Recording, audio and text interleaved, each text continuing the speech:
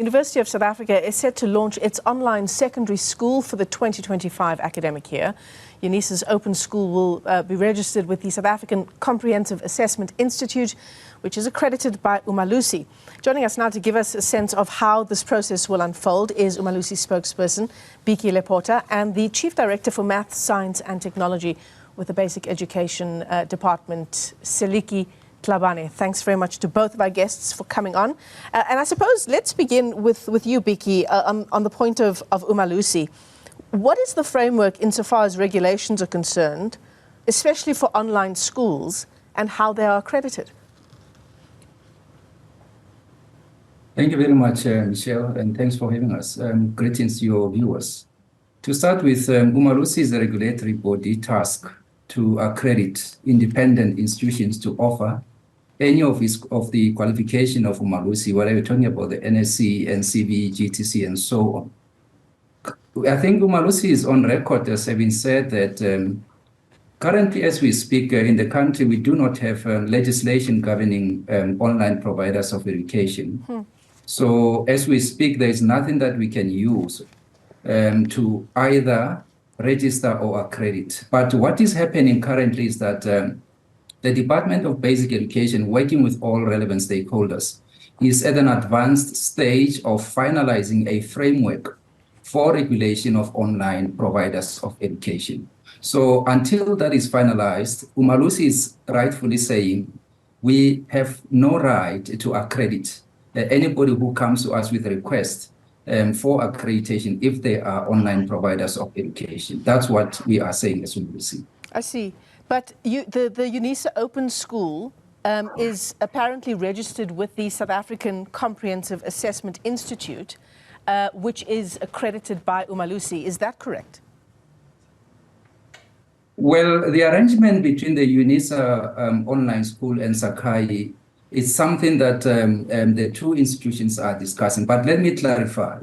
In terms of the law, for any provider of education in the basic and further education and training to exist and operate within that space, they need to be registered with a provincial education department in the case of independent schools. And in the case of colleges, they need to register with the Department of Higher Education and Training. And only when they have registered themselves with the bodies I've referred to, can they approach with Umalusi with a request for accreditation. In the case of UNISA, we don't know what arrangement there is between them. So we can't speak on behalf of either UNISA Online School or Sakai. Even if that were to be the case, the assessment body concerned does not have a right to register an online provider of education. What needs to happen is if there is an arrangement between the two, the assessment body concerned needs to approach Umalusi with a request for a concession. And only when Umalusi has considered such a proposal or request can a decision be made. Let's bring in the Basic Education Department. Seliki, thanks very much for being so patient. I mean, essentially what this means is that online schools are operating in an environment that is unregulated. Good afternoon.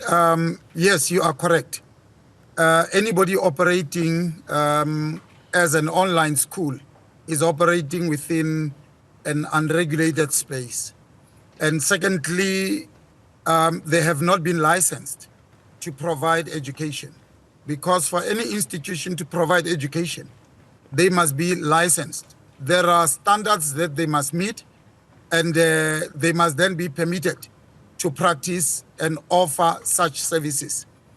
I need to emphasize as well that those who offer education must not provide education which is of lower standard to the one that is provided by government. That is law. So it is for that reason that anybody who would like to operate in this space must go through checks and balances to ensure that they meet the predetermined standards. The Department of Basic Education acknowledges that technology has changed how we live, how we do business, and that education has not been spared in this way, and that we recognize that there's a need for us to accept that there would be providers of education who would provide what are called education on online platforms. But it must also be understood that technology on its own can be used by any school, including a public school, including a brick and mortar school. Where our children are going, schools are using technology to mediate education. When we talk about an online school, we are referring to an institution which must have an identity number, or what we call an EMIS number, that they are allocated. They meet certain criteria and they must provide a certain prescribed curriculum. So at the moment, we do not have any legislation that deals with this. It simply means anybody who's in that space is operating illegally. Secondly, speaking to the issue of UNISA. Sorry, Seliki, can I jump in there for a second? Because are you saying, does that mean that it's really up to people who are wanting to use these online institutions to do the checks and balances? And then as a follow-up, what's the role of the education department here in ensuring that operators have the necessary licenses? Yes, it's the responsibility of parents to ensure that when they register their children with any institution that calls itself a school, they must verify that such a school is registered, duly registered. As Biki indicated earlier on, that there are processes that must be followed. So it remains to be the responsibility of parents to ensure that. However, government has a duty, and the minister has the responsibility to ensure that all school-going children are protected and are registered with duly registered institutions. However, the minister derives his or her authority from legislation. So at the moment, we are in the process of developing the frameworks so that we assist anybody who is in this space. But before such frameworks are finalized, anybody operating there is operating illegally. We are at an advanced stage of developing these frameworks. However, the Director General, after presenting the draft frameworks to the Office of the State Law Advisor, was advised that the framework does not have legislative a mandate. In other words, it's not enforceable. He was then advised that he may consider amending the current legislation, which is SASSA, or develop a new regulatory framework. And this includes regulations. And we are in the process of converting what we called the frameworks that we had developed into regulations, because the regulations are enforceable by law. Right. Anybody who does not comply with them can be taken to task. Umalusi, Biki, you're speaking on behalf of Umalusi. Is that enough? Is it enough to, on the one hand, say that really it is up to parents while this regulatory framework is still in the works? And I wonder whether Umalusi has a sense of the kind of damage that's been done to the sector by online schools who are operating in the wind. Thank you, Michelle, for the question.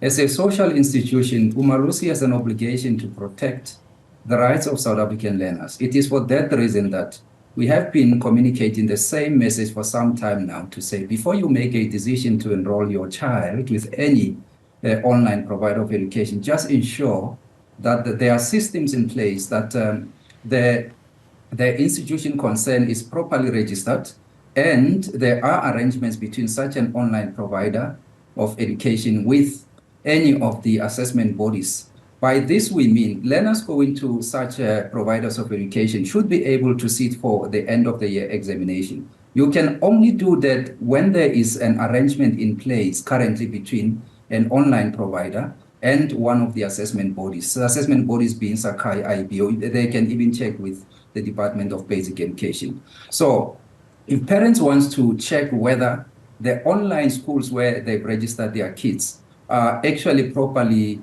registered with assessment bodies. It is their responsibility to liaise, get in touch with either the IEB or Sakai and check. If you just do a Google search on the website of IEB or Sakai, you will find a list of all online providers of education which have been granted a concession to administer examination. I guess that is what my colleague, Mr. Thlahabane, is trying to say, please ensure that the online school will be allowed to write examinations under either IEB or Sakai. But those that are not registered with either of the two, those are the ones that people must run away from.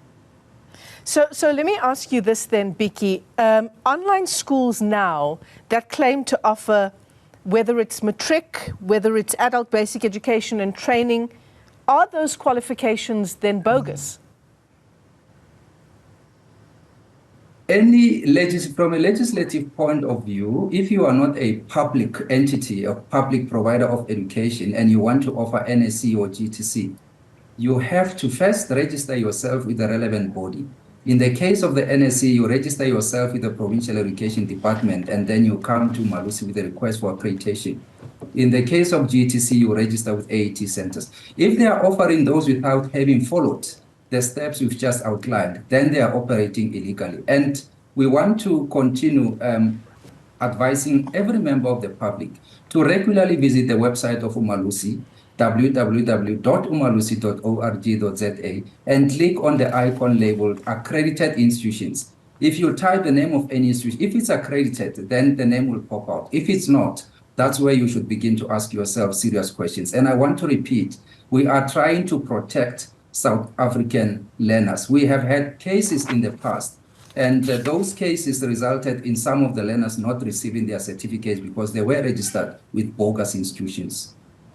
Yeah, no, I can just imagine. And just a point to make as well for people who are watching, registration with an accredited assessment body does not mean that an institution is accredited. And this goes back to my point around UNISA saying that its open school is in fact registered with the South African Comprehensive Assessment Institute. Even that doesn't mean, pardon me, that doesn't mean that the UNISA open school is accredited. Seliki, perhaps you can answer that question. You are correct, Michelle. And the issue of higher institutions, which belong to Department of Higher Education and Training, operating within the basic education is something that is extremely contestable because universities are licensed to operate in a certain space and schools are licensed to operate within a basic education space. Provision of education cannot be done through third parties, where UNISA becomes a fronting and somebody on the background is the one who is providing education. Because people who provide education must be qualified teachers. People who are going to educate these children must be qualified teachers. Universities do not employ qualified teachers. They employ academics, but they do not employ teachers. Teachers are employed by institutions that are licensed to operate within basic education. And universities don't do that. Schools don't employ professors. It is the responsibility of higher educations to employ those people. So it is something that parents need to be very careful of, and that we want to make a plea with anybody who is eager to operate in this space to ensure that they follow the law. Yeah, absolutely important messages there. Let me thank both of you for your time. I think the message is clear. Ultimately, it is the responsibility of learners and their families. And if you do have any doubts, head on over to Umalusi's website. Biki Lepota is the spokesperson for Umalusi, and Seliki Thlahabane is with the Department of Basic Education. Thanks to both of you for your time.